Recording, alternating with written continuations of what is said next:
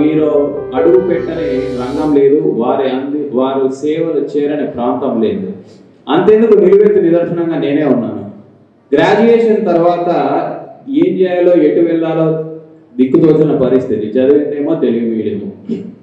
అప్పుడు సరైన సమయంలో నాకు ఆర్టీటీ వాళ్ళు సాయం అందించారు. And I feel proud to say that I'm the student of RTT professional school.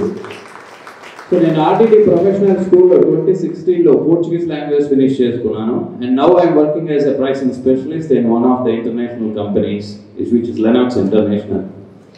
So I request the director of RTT Shri Macho Ferrer sir గారిని వేదిక మీదకి వచ్చి మాట్లాడవలసిందిగా, తర్వాత బహుమతి ప్రదానం చేయాల్సిందిగా కోరుకుంటున్నాను. సభకు వచ్చిన వారికి అందరికీ నమస్కారం.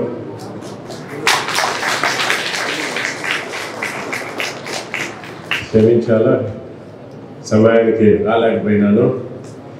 అందరికీ తెలిసింటుంది ఈరోజు చాలా పెళ్ళిళ్ళు ఉన్నాయని ఎక్కడ చూసినా, పోకపోతే మరి వదిలిపెట్టరు. కాబట్టి అక్కడికి వచ్చేసేపు ఇక్కడికి వచ్చేసేపు అన్నీ అట్లా కనపడేసి తర్వాత ఇక్కడ కూడా రాకుండా ఉండలేను కదా.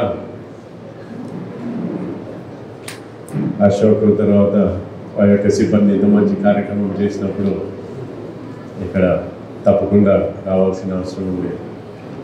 ఎందుకంటే అశోక్ చేసే పని, అశోక్ వారి యొక్క సిబ్బంది, నాకు తర్వాత ఆర్టీటీలో ఫాదర్ కూడా చాలా ముఖ్యమైన పని.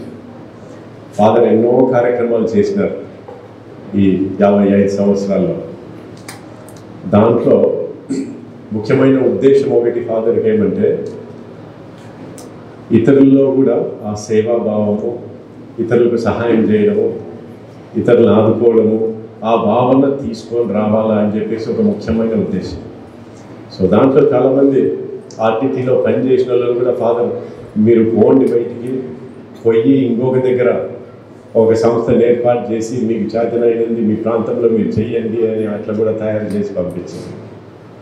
దాంతోపాటు ఇతరులు కూడా ఇప్పుడు అశోక్ చేసినట్లు మన ప్రాంతంలో ఉన్న వ్యక్తులు, ప్రజలు వారికి చేతనైనంత వాళ్ళు కూడా మన జిల్లా అభివృద్ధి కోసము ఫాదర్ని స్ఫూర్తిగా తీసుకొని ఆయన చేసే పనిని దాంట్లో భాగంగా చేస్తూ ఉన్నారు. కాబట్టి మాకైతే చాలా సంతోషం. అశోక్కి తర్వాత సిబ్బందికి నా అభినందనలు. ఇలాగే ఎన్నో కార్యక్రమాలు చేయాలని నా ఆశ. ఈరోజు ఇంతమందిని చూస్తూ ఉన్నాం. ఇక్కడ ఎంతోమంది యువకులు ఇక్కడ బాగా చదువుకొని ఎన్నో ఆశలు పెట్టుకొని, వాళ్ళ తల్లిదండ్రులు కూడా ఎన్నో ఆశలు పెట్టుకున్నారు. రవి గారు కూడా మాట్లాడినప్పుడు చదువు ఒకటే అన్న, నిజమే, ఎన్నో అవకాశాలు వస్తాయి.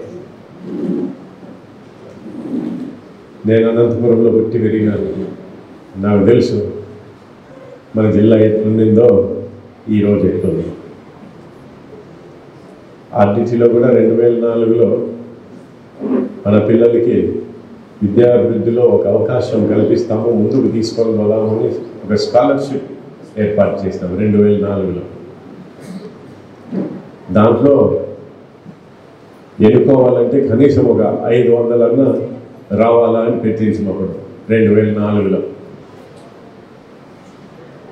ఎవరు దొరకలే, 500 ఎవరు రాలే. సరేలే అని చెప్పి అటు వరకు వచ్చినారు. అక్కడి నుంచి తీసుకొని ఒక 120 మందిని తీసుకున్నాం 2004లో. పోయిన సంవత్సరం 20 సంవత్సరాలు అయిపోయా ఆ కార్యక్రమం చేసి. ఈరోజు ఆ పరీక్ష, ఆ స్కాలర్షిప్ కోసం పరీక్ష రాస్తే 60,000 మంది వస్తారు ఇప్పుడు. దాంట్లో ఎంతమంది 500 పైన, 500 కాదు, 100% వచ్చిన వాళ్ళు ఉన్నారు, 99 వచ్చిన వాళ్ళు ఉన్నారు, 98 వచ్చిన వాళ్ళు ఉన్నారు. ఎంత మార్పు! ఎందుకంటే అప్పుడు ఎవరు పెద్ద పట్టించుకోలే, వాళ్ళకేం భవిష్యత్తు ఏం కనపడలే. మా బతుకంతేలేవయ్యా, మేమంతేలేవయ్యా అని అందరూ అనుకునేవాళ్ళు. ఎప్పుడైతే ఆ చిన్న అవకాశం ఒకటి, అరే ఇక్కడ నేను కొంచెం కష్టపడితే నాకు ఈ అవకాశం ఉంది. మిగతా పల్లెల్లో చూసినారు, ఆ పిల్లోడా ఈ పిల్లోడేడా అని చెప్పేసి. చాలా మనకు అవకాశాలు ఉన్నాయి. సో అదే దారిలో కూడా ఈ కార్యక్రమం ఈరోజు మన యువకుల్లో స్టూడెంట్స్లో అందరికీ స్ఫూర్తిని కలిపేయాలా. కష్టం చేయండి, చదువుకోండి, మంచి అవకాశాలు ఉంటాయి అని పనిచేస్తున్నారు. కాబట్టి మరోసారి నా అభినందనలు.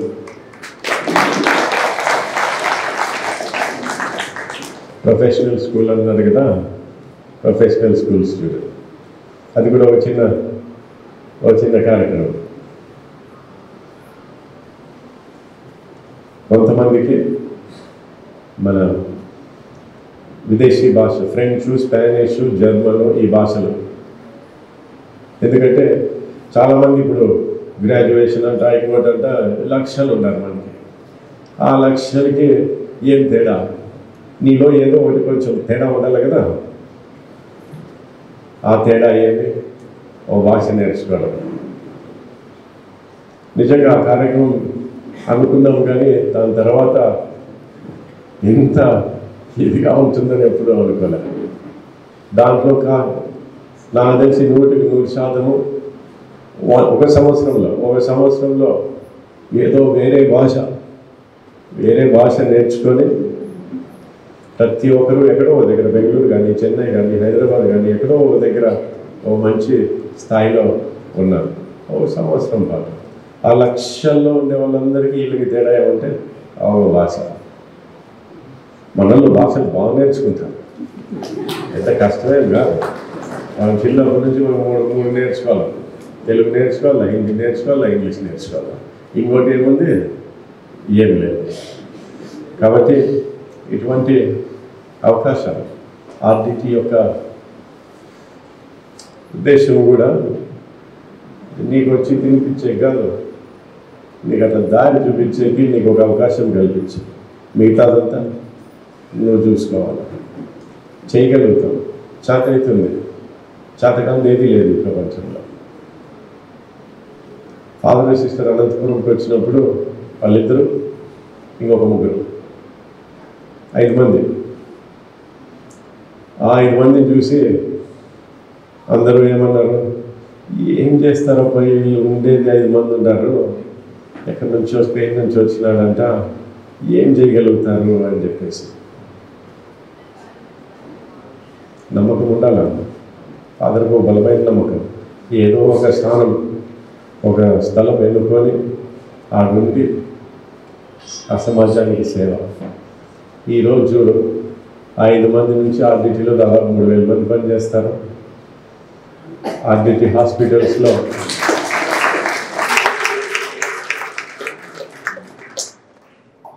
$8,50,000 ఓపీ హాస్పిటల్స్లో 5 మంది మొదలై 5 మంది నుంచి మిగతా మంది మీకు తెలిసి తప్ప అది అవసరం లేదు.